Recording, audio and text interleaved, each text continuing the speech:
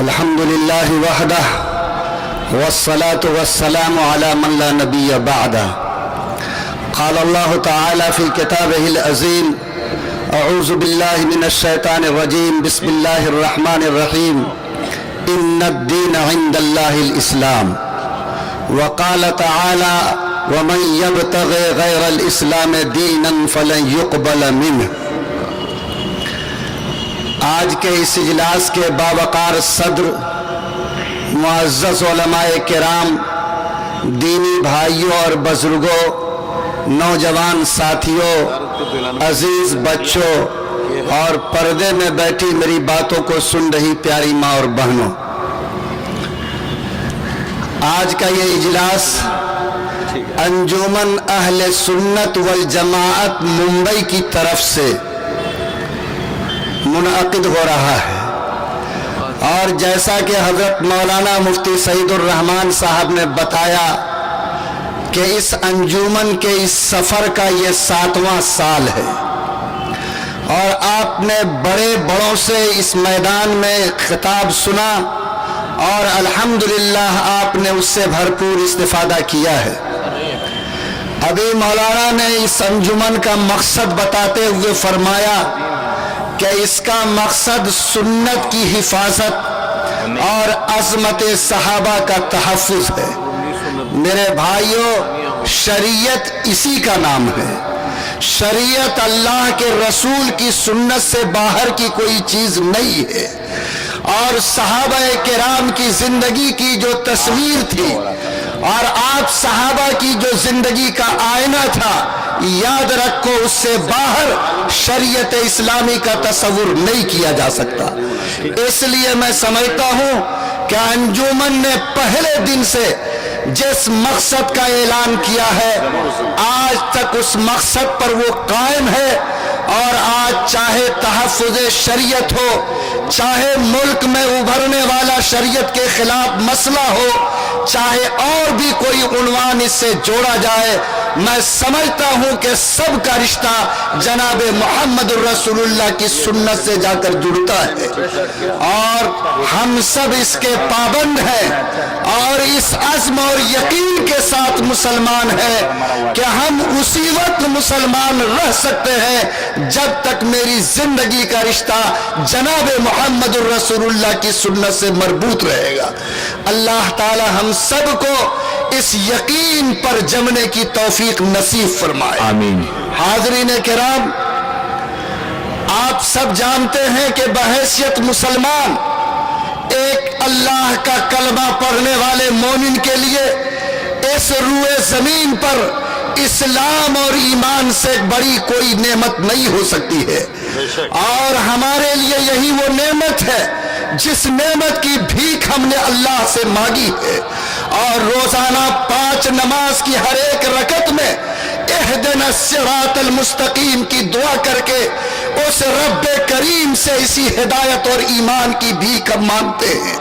لوگوں، یہ بھیک اور یہ ہدایت کی دولت اور نعمت ہمارے اپنے جسم کے ایک ایک ٹکڑے، ہماری اولاد، ہمارے گھر اور ہماری زندگی کے ایک ایک سرمایے سے زیادہ قیمتی ہے، اور ہم یہ یقین کے ساتھ کہہ سکتے ہیں کہ ہم نے کلمہ اسلام کو اپنی پسند سے قبول کیا، کسی مجبوری میں ہم نے قبول نہیں کیا ہے، اور جن لوگوں نے اسلام کو کسی مجبوری کی وجہ سے، کسی دباؤ کی وجہ سے، کسی دکھاوے کی وجہ سے قبول کیا، اسلام کو ایسا اسلام پسند نہیں ہے۔ ایسے لوگوں کے لیے ہزاروں راستے کھلے ہیں، وہ ان راستوں اور ڈگر کو پکڑ کے ایمان سے اپنا رشتہ توڑ لے، لیکن اسلام کی بدنامی کا ذریعہ اس زمین پر نہ بنے۔ اسلام اسی کو پسند کرتا جنہوں نے پسند کی حیثیت سے اسلام کو قبول کیا ہے، اور جو مرد مومن اسلام کو اپنی پسند کا مذہب سمجھ کر قبول کیا اور اس سے زندگی کا رشتہ جوڑا، یاد رکھو اللہ اعلان کرتا کہ اس نے خدا کے ہاتھ پر ایک عہد کیا ہے، اور وہ عہد کیا ہے؟ ان اللہ اشترى من المؤمنین انفسهم واموالهم بان لهم الجنہ۔ کہ جس نے کلمہ لا الہ پڑھا، اسلام کی چوکھٹ پہ اپنی گردن کو جھکایا، اس نے گویا اللہ کے ساتھ معاہدہ کیا کہ اے رب کریم، ہم اپنی گردن تیری چوکھٹ پہ ڈالتے ہیں، اپنی زندگی کا سرمایہ تیرے قدموں پہ رکھتے ہیں، اور اس بات کا اعلان کرتے ہیں کہ ہمیں صرف تیری پیاری جنت چاہیے، ہم سب کچھ قربان دے سکتے ہیں لیکن تیری جنت کا سودا کسی قیمت پر نہیں کر سکتے ہیں۔ لوگوں، جو مرد مومن اپنی جان کو تج کر، اپنے سرمایہ کو اسلام کی قدموں پہ ڈال کر اس نے اللہ سے جنت کا سودا کیا، آپ ایمانداری سے بتاؤ کہ اگر زندگی کے کسی مرحلے میں اس مرد مومن کے سامنے اس اسلام کے تحفظ کا، اس کے دولت ہدایت کے تحفظ کا، اس کے ایمان کے سرمایہ کا تحفظ کا سوال پیدا ہوگا تو کیا اس جنت کی حفاظت کے لیے اللہ کے سامنے اپنے آپ کو ایک سچا مومن ثابت کرنے کے لیے اور جناب محمد الرسول اللہ کا سچا پیروکار کہلانے کے لیے کیا زندگی کی ہر سرمایہ کو وہ اللہ اور دین کے نام پہ قربان کر سکتا ہے یا نہیں کر سکتا؟ ارے کر سکتا ہے کہ نہیں کر سکتا؟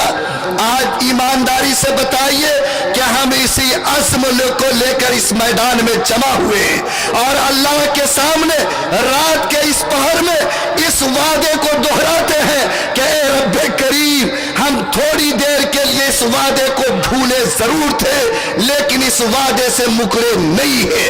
اے اللہ، ہم اس کا اعلان کرتے ہیں کہ یہ دین اور ایمان ہمیں زندگی کے ایک ایک قطرے خون سے زیادہ عزیز ہے۔ اے اللہ، زندگی کی ایک ایک دولت سے زیادہ پیاری ہے۔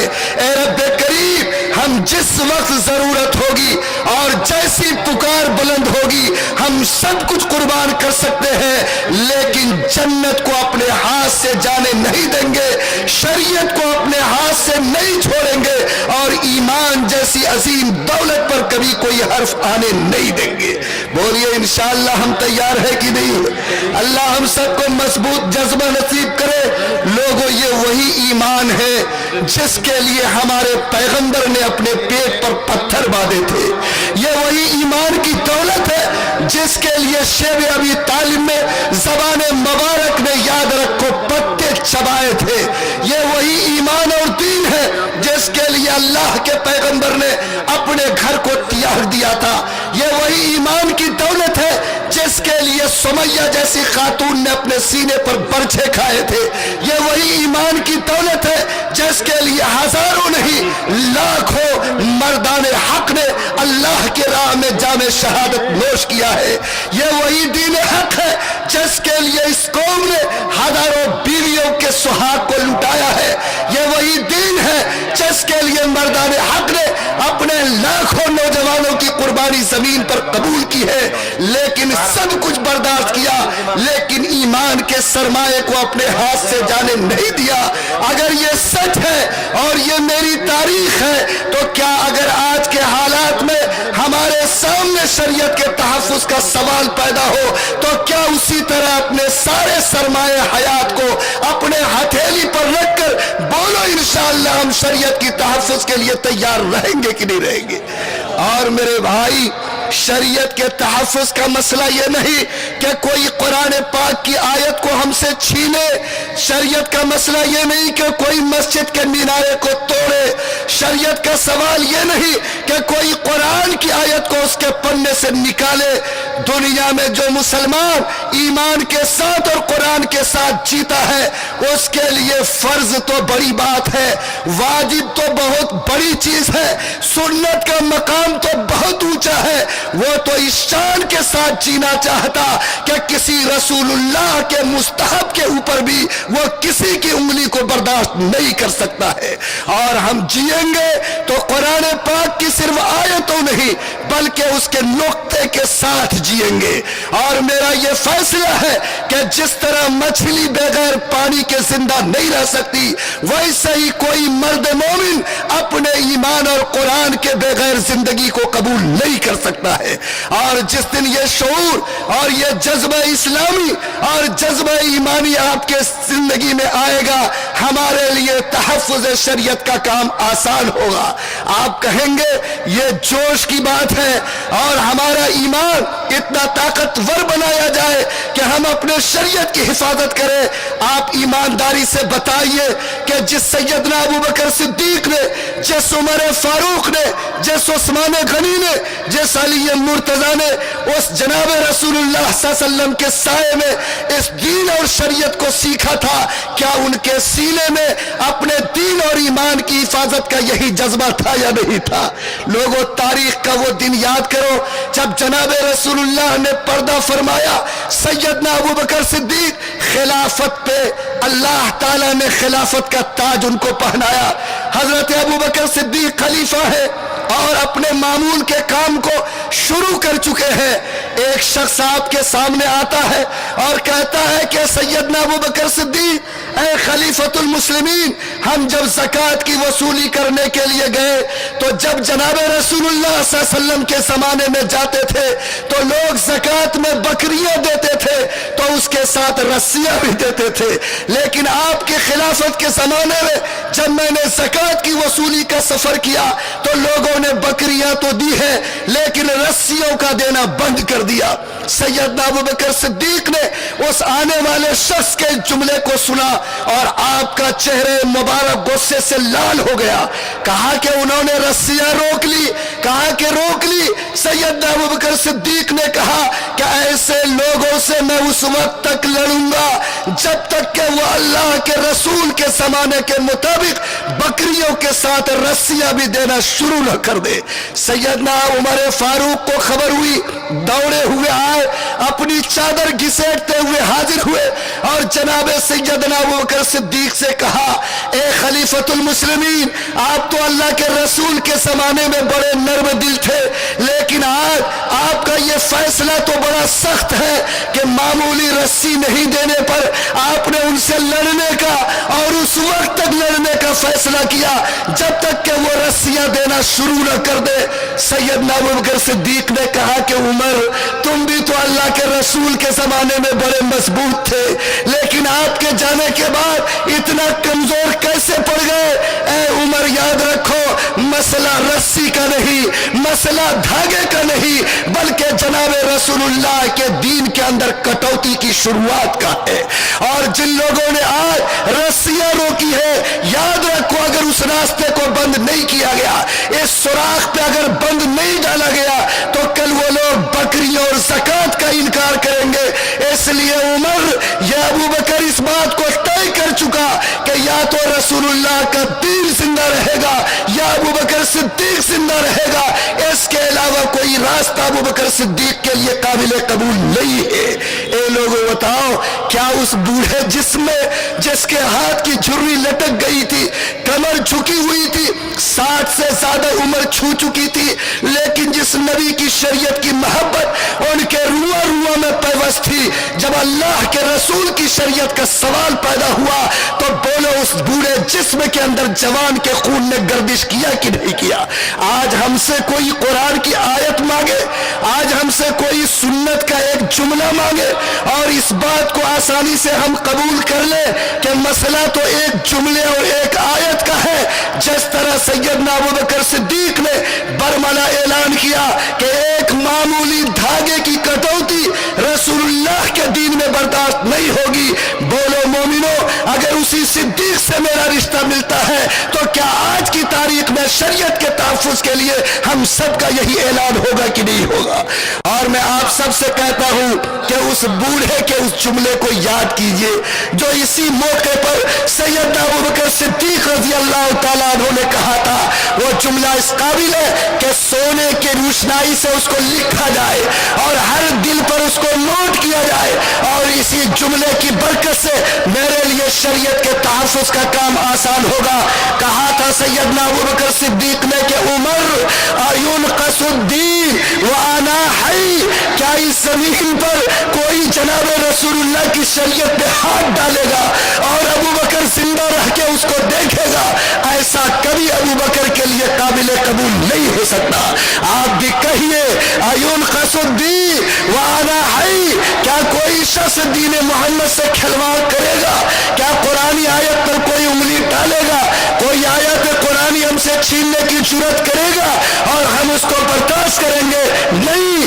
اگر 65 سالہ ابو بکر اپنے نبی کی شریعت کی حفاظت کے لیے بے چین ہو سکتا ہے تو اس قوم کا ایک ایک بچہ، ایک ایک جوان، ایک ایک عورت اور ابو بکر کی مثال رکھنے والا ایک ایک بوڑھا مچل کر کہے گا کہ ہم سب کچھ کھو سکتے ہیں لیکن سیدنا ابو بکر صدیق کی طرح جناب رسول اللہ صلی اللہ علیہ وسلم کے دین میں کٹوتی برداشت نہیں کر سکتے۔ انشاءاللہ کریں گے ہم لوگ، اور ان سے کہیے کہ توحید کی امانت سینوں میں ہے، آسان ہی مٹانا نام و نشاں ہمارا، باطل سے دبنے والے اے آسمان نہیں ہم 100 بار کر چکا ہے تو انتہا ہمارا۔ اگر آپ کا یہ جذبہ رہا تو میں یقین کے ساتھ کہتا ہوں کہ اللہ تعالیٰ آپ کے قدموں کی برکت سے، آپ کے دست و بازو کے برکت سے اس زمین پر شریعت کو تحفظ عطا کرے گا۔ آج شریعت کے تحفظ کا سوال پیدا ہوا ہے، کیا مطلب؟ شریعت اندیشے میں ہے، شریعت خطرے میں ہے؟ ہاں، شریعت پہ حملہ شروع کیا گیا ہے، شریعت پہ ہاتھ ڈالنے کی کوشش کی گئی ہے۔ آج منصوبہ بند طریقے پر آج اس شریعت کو ہمارے ہاتھ سے چھینکنے کا ناپاک منصوبہ بنا ہے، لیکن کیا شریعت پہ خطرہ ایک طرفہ ہے؟ لوگوں نہیں، آج شریعت پہ خطرہ دو طرفہ ہے۔ اگر ایک طرف سرکار اور حکومت آج ہمارے ہاتھوں سے اس شریعت کو چھیننا چاہتی تو میں آپ کو اس منزل پہ لے جاؤں گا جہاں میں یہ بتاؤں گا کہ ایک طرف اگر قصور اس کا ہے تو دوسری طرف ہم نے بھی کہیں ٹھوکر کھا کر اپنی شریعت کے تحفظ میں کوتاہی کی ہے۔ اس لیے آج ہم آپ کو دونوں رخ پر لے جا کر یہ بات بتانا چاہتے کہ اگر سچے وفادار اسلام ہو تو طے کرو کہ ہم اپنے قوت بازو سے، اپنے عقل کے ناخن سے، اپنے ایمانی طاقت سے انشاءاللہ باہر کے فتنے کا بھی مقابلہ کریں گے اور گھر کو بھی جھانک کر دیکھیں گے۔